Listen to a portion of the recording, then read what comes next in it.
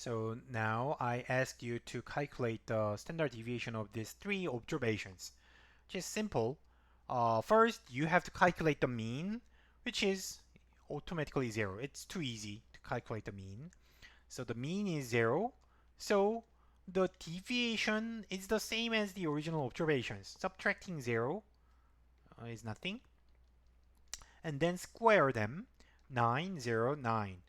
And the sample variance is sum of the square deviations and then divide it by n minus 1. The sample size is 3. We observed 3 numbers, but divide by 2, 3 minus 1. And then the variance is 9. And based on this variance, the standard deviation is square root of 9, which is 3. Yep, right? It's easy without calculator. So the standard deviation is 3, and now in this example, it's clear what the standard deviation measures.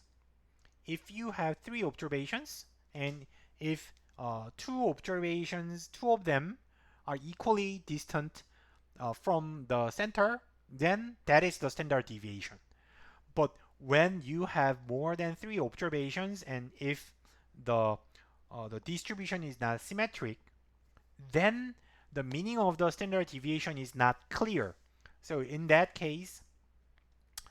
case, it is easy to interpret, but in general, standard deviation does not have a good meaning. Like if the standard deviation is 12 in our previous example, like say the variance of Honolulu's weather temperatures was say 13.3, it doesn't mean anything. It does not say what that means. Instead, it's however, even if there is no direct meaning or direct interpretation of the standard deviation, it is still very useful, very practically useful. I will think about this. So mainly the uh, usually the main use of the standard deviation is to compare data in different units, right? So So let me think about uh, this example. Now suppose that there are 2 students and you have to admit only 1 student, uh, and or you have to choose 1 student to to give an award, right? But the 2 students submitted 2 different scores. The first student has a GPA, undergraduate GPA of 3.4, and there is another student who submitted a GMAT score of 600. Uh, it's hard to see how it's not easy to compare them. Of course, GMAT is maybe the maximum score of GMAT is 800. I'm not sure. Maybe it may have been changed since I took GRE. Anyhow, so they have totally different scales. Therefore, we cannot directly compare these two students' scores. Then the first step you can do here is to compare them with their respective average. Like the average GPA is 3.15 and the average GMAT score is 560. And then, so when you compare each score with their respective GPA average, then what you find is the first student is above his own like its own average, and also the second student is also above the average. But distance from the average uh, is different, but also the distance is in different units. Still, we cannot compare who is better. So what we want here is if one student is much more the distance from the average is much greater than the other, then this student is better. So if like one student is closer to the average, but another student is far above the average, then I would choose this student. But you cannot say that in this data without further information because they have different units. Cannot directly compare them. Then what can we do? Here comes the standard deviation. So because you know the average, suppose you also know the standard deviation. Usually standard deviation of test score should be available somewhere, and assume that the standard deviation for GPA is zero point 0.2 and the standard deviation of GMAT is 30, right? So now what I'm going to do here is I'm going to standardize the scores. That is, the distance between the student's score to the average is divided by the standard deviation. The standard deviation is a kind of standard distance. So the distance divide by zero point 0.2 using the standard deviation.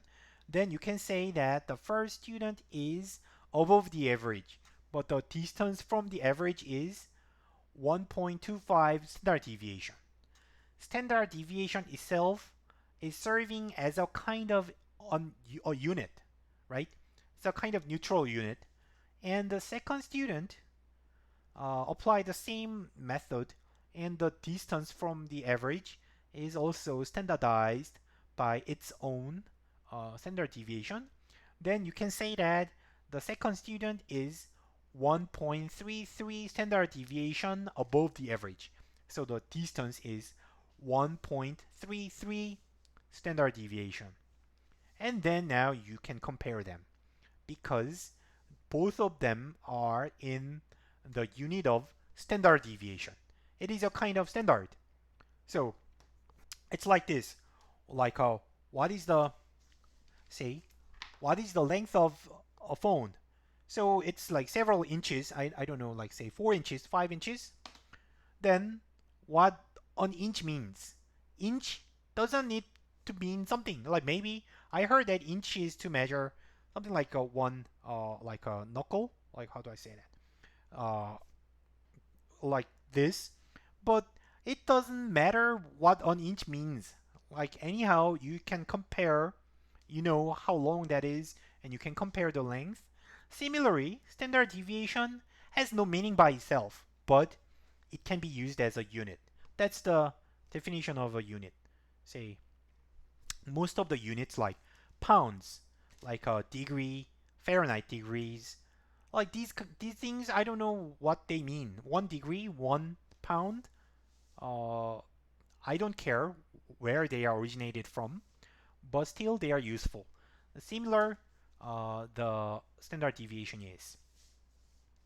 And maybe you have heard about, you may have seen these kind of scores a lot because it's a typical standardization method, and usually we call this z score, z score, and you will see this type of standardization a lot later in this course.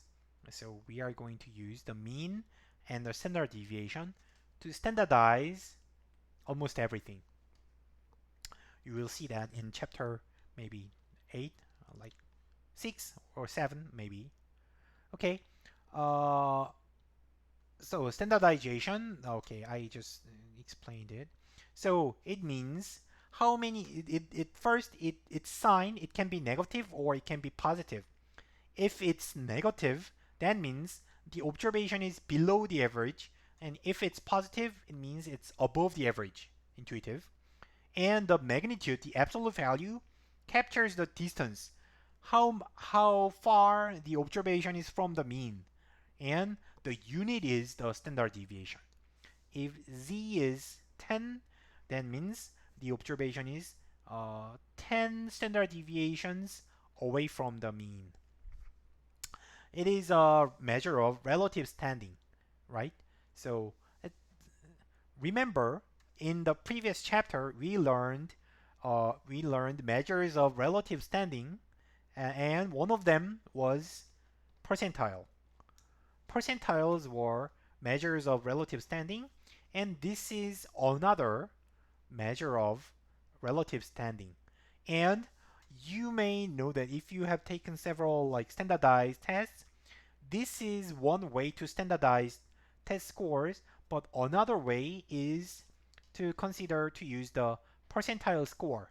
So these two standardization methods are the most common and most practical and measures of to see relative standing. Okay, I think this is pretty much the end of explanation of lecture on the variance and the standard deviation. And in the remaining 3 or 4 slides, I'm going to mention briefly touch on some other measures which are used, but not as much as like those. But still, I want you to uh, get a just simple like a just get a feeling what they are and so later when you need to use that kind of measure, you can think about those measures. So first, I will think about measure of asymmetry. Distribution may be asymmetric like this. So and this is usually considered as a third measure.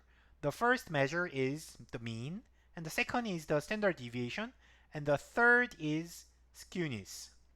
Think about this. The variance is the mean of squared deviations. Like this. This is squared deviations. And then in parallel, the skewness is defined as the mean of cubed deviations. Cubed deviations are like this, right? Just take its mean. So there is no difference. Pretty much the same as the variance, but the only difference is instead of taking square, take a cube. And then it becomes a measure of asymmetry. It's interesting. So if skewness is 0, then the distribution is symmetric, right? And if the skewness is positive, that means the tail is longer on the right side. So there are outliers on the right hand side, greater side. Uh, there are outliers who have extremely large values. If the skewness is negative, there are outliers who have extremely small values. So graphically, this is the comparison. Both are asymmetric to the opposite directions, and this is called right skewed. So their right tail is longer and or positively skewed. On the positive side, skewed to the positive side, and in this case, mean is greater than the median. Remember, we compared outliers, the effect of outliers on the mean and the median. If there are outliers on the larger side, then the mean increases much more than the median. So mean will be greater. And exactly this is the opposite of the other side. So left skewed, negatively skewed, left tail is longer, and the mean is smaller than the median. So the skewness captures these kind of shapes. And another measure that's mentioned in most textbooks is the mode. Mode is the most frequently occurring value. That's the textbook definition. So I have many textbooks, and all of them use the mode as a measure of central location. But I don't like that. I don't like that classification. It is not wrong, but I have never seen a mode is used as a measure of center. It is rather it is more often used to describe the shape of the distribution. So it's not comparable to the mean in like a at least at maybe in your daily life, and uh, and the mode is not commonly used in statistics. It does not have many nice properties. But instead, what's useful is this. So mode is here, mode is here, mode is here. That means it's the point where the histogram is at the highest peak, right? So peak, peak, peak. And what's important here is uh, we we are less interested in where the mode is, but we are more interested in that there is one mode. It is called unimodal. So the distribution has one peak. It does, like, it may be asymmetric or like skewed to the left, to the right, or symmetric, but the point is one peak. This is bimodal. There is one peak here, another here. So we call this shape as a bimodal distribution, polarized. So there are, like I say, many rich people and many poor people. So there are two bipolarized uh, distribution, for example. So there are two peaks, and then we say it's bimodal because there are two modes. And like extending the same idea, there can be multimodal distributions, which is rare. But like if it has a distribution has three peaks, then or more, then the distribution has multiple modes. So we call them multimodal distributions. And finally, there is no mode in this case. And there is no mode, then we call this distribution as a uniform distribution. This is flat, right? Like when you roll a dice of coin toss, if the probability is equal everywhere, there is no mode, right? Then yeah, it's a uniform distribution. Okay, this is the end of this chapter, and I'm going to post the homework. And the first homework due date is coming in like 10 days. So please keep that in mind. Okay, see you later. Bye.